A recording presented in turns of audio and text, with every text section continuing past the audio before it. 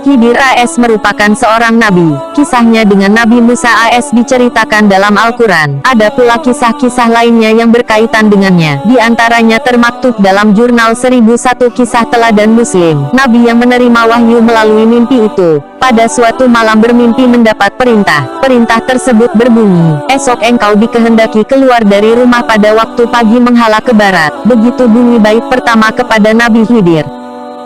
Masih di dalam tidurnya, Nabi Khidir menerima 5 perintah yang harus dikerjakannya dengan segera jika ingin mendapatkan ridha Allah SWT. Engkau juga dikehendaki berbuat. Pertama, apa yang engkau lihat, hadapi, maka makanlah. Kedua, engkau sembunyikan. Ketiga, engkau terimalah. Keempat, jangan engkau putuskan harapan. Dan yang kelima, larilah engkau daripadanya.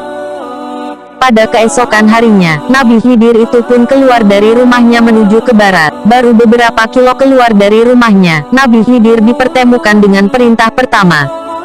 Naum Nabi Khidir bingung karena yang diperintah pertama itu adalah memakannya, sementara yang ia temui adalah sebuah bukit. Karena kebingungan itu ia bergumam dalam hatinya, aku diperintah memakan pertama aku hadapi, tapi sungguh aneh, sesuatu yang mustahil yang tidak dapat dilaksanakan.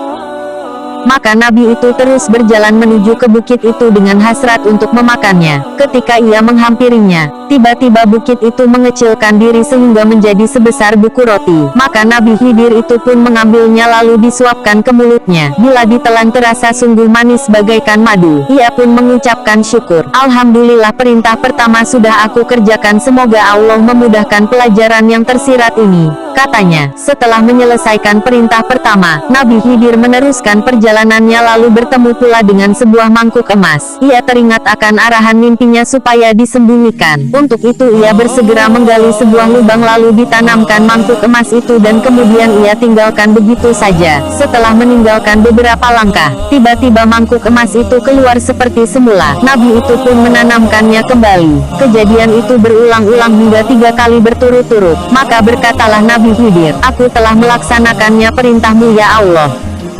Lalu ia pun meneruskan perjalanannya. Anehnya, ia kembali mengalami peristiwa serupa. Tanpa disadari Nabi Khidir, mangkuk emas tersebut untuk kesekian kalinya keluar dari tempat ditanam.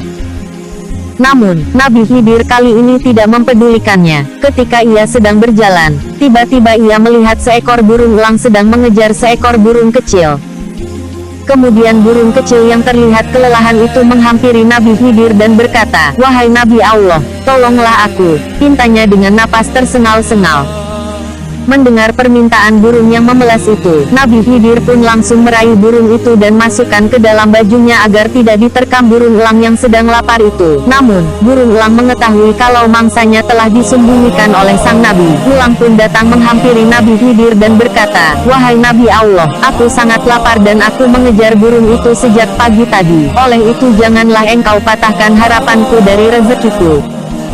Karena dua-duanya membutuhkan pertolongannya, Nabi Khidir pun sempat kebingungan. Namun ia teringat pesan dan arahan keempat yang muncul dari mimpinya, yaitu hendaknya ia tidak memutuskan harapan. Akhirnya ia membuat keputus untuk mengambil pedang lalu memotong sedikit daging pahanya dan diberikan kepada elang itu. Setelah mendapat daging itu, elang pun terbang dan burung kecil tadi dan melepaskannya ke alam bebas. Usai kejadian itu, Nabi Khidir meneruskan perjalanannya. Tidak lama kemudian ia bertemu dengan satu bangkai yang amat busuk baunya. Ia pun bergegas lari dari situ karena tidak tahan menghirup aroma yang sangat menyengat itu. Setelah menemui kelima-lima peristiwa itu, Nabi Khidir pulang ke rumahnya. Pada malam itu, Nabi Khidir pun berdoa. Dalam doanya ia berkata, ya Allah, aku telah pun melaksanakannya sebagaimana yang diberitahu di dalam mimpiku. Maka jelaskanlah kepadaku arti semuanya ini, katanya dalam doanya di malam hari. Tidak lama setelah berdoa Nabi tertidur dan kembali bermimpi. Dalam kesempatan mimpi kali ini, ia mendapatkan jawaban atas keseluruhan perintah yang ditujukan kepadanya itu.